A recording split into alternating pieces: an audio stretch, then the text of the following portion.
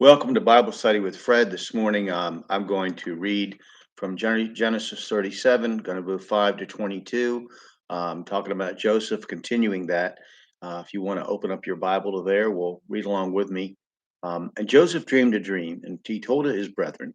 They hated him yet more. And he said unto them, Hear, I pray you, this dream which I have dreamed.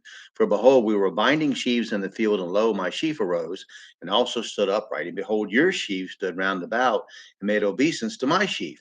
And his brethren said to him, Shalt thou indeed reign over us, or shalt thou indeed have dominion over us? And they hated him yet the more for his dreams and for his words.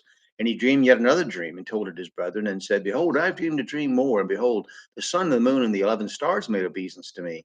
And he told it to his father and to his brethren. And his father rebuked him and said unto him, What is this dream that thou hast dreamed? Shall I and thy mother and thy brethren indeed come to bow down ourselves to thee on the earth? And his brethren envied him, but his father observed the saying. Joseph's two dreams indicate that he's been given knowledge that he will have supremacy over his brothers and indeed even over his father in a manner of speaking. This added fuel to the fire of his brother's envy against him. Jacob's statement again about Joseph's mother, who was Rachel, who died giving birth to Benjamin, seems to indicate that these dreams have been something he revealed sometime previously that had helped create the resentment that his brothers felt were their father's favorite. Matthew Henry noted that Joseph is more of a prophet than a politician and that he blurts these things out. He's a very young man, still a child by our standards today, though. But while Jacob objected, he still pondered what the dream was that was spoken that seemed to include him meant. One valuable note here of Bible definition of words is the context of to reign over and to have dominion over in verse 8. To have dominion means to reign over here, as it means to have power and authority over in other places. Psalm 8:6, Thou madest him to have dominion over the works of thy hands, thou hast put all things under his feet. And did not man have power and authority over life on earth? Genesis 1:26.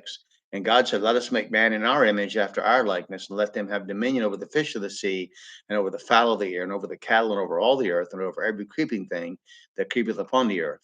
Joseph's dreams will yet save a heathen nation from ruin and save his own people from starvation, setting off events that will reverberate throughout all history. Now, from starting in verse 12. And his brethren went to feed their father's flock in Shechem. And Israel said unto Joseph, Do not thy brethren feed the flock in Shechem? Come, and I will send thee unto them. And he said to them, Here am I. And he said to him, Go, I pray thee, see whether it be well with thy brethren and well with the flocks, and give me word again. So he sent him out of the vale of Hebron, and he came to Shechem. And a certain man found him, and behold, he was wandering in the field. And the man asked him, saying, What seekest thou? And he said, I seek my brethren. Tell me, I pray thee, where they feed their flocks. And the man said, They are departed thence, for I heard them say, Let us go to Dothan. Joseph went after his brethren and found them in Dothan. And when they saw him afar off, even before he came near unto them, they conspired against him to slay him. And they said one to another, Behold, this dreamer cometh. Come now, therefore, let us slay him and cast him into some pit. And we will say, Some evil beast has devoured him. And we shall see what will become of his dreams. And Reuben heard it. He delivered him out of their hands and said, Let us not kill him. And Reuben said unto them, Shed no blood, but cast him into this pit that is in the wilderness, and lay no hand upon him, that he might rid him out of their hands, to deliver him to his father again. Now, here goes Joseph on another reporting expedition for his father. No wonder his brothers can't stand him. Are they expecting another evil report? Introduced into the narrative is someone who enters the picture several times in the Bible. He or she is a seemingly random person who accomplishes something important or is used as an example. His or her existence makes one wonder about the place of the so-called, quote, divine appointments in our everyday lives, denying our very concepts of randomness, luck, and chance. I'm referring to the references to a certain man or a certain woman who do something noteworthy, but whose name isn't given. Two examples. Judges 9:53. A woman cast a piece of millstone upon Abimelech's head, and all to break his skull. And 1 Kings 22:34, and a certain man drew at bow at venture, and smote the king of Israel between the joints of the harness. Wherefore he said unto his driver of his chariot, Turn thine hand and carry me out of the host, for I am wounded. A certain man found Joseph wondering, unsure of where to find his brothers. This anonymous individual lets Joseph know where to find them and exits the narrative.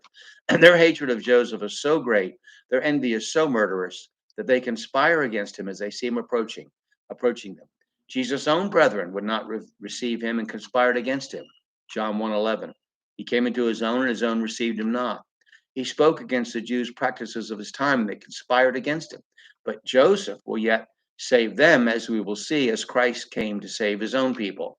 They cynically and with blood in their hearts and want to kill Joseph, but Reuben, Jacob and Leah's firstborn, refuses them their wish to end Joseph's life and bring them on an animal.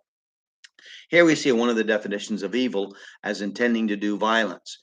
Reuben's desire to deliver Joseph, to return him to their father, Jacob. Reuben, who has before this committed the grievous sin of having sex with his father's concubine, Bilhah, has a heart of mercy toward Joseph. This goes to show just how complex and really normal these patriarchs were, and that they were not two dimensional, but like us and all men were capable of evil and good. But like us and all men were capable of evil and good. We do err when we paint the Bible's human characters as having only one side, when we ignore Moses' temper, Jeremiah's doubts, or David's sexual weakness. Only Christ, who is God in the flesh, was without sin. And pastors, that includes Paul. So we're going to start with verse 23 next time. And I thank you for watching. I hope you pray about the Bible, read it, and study it.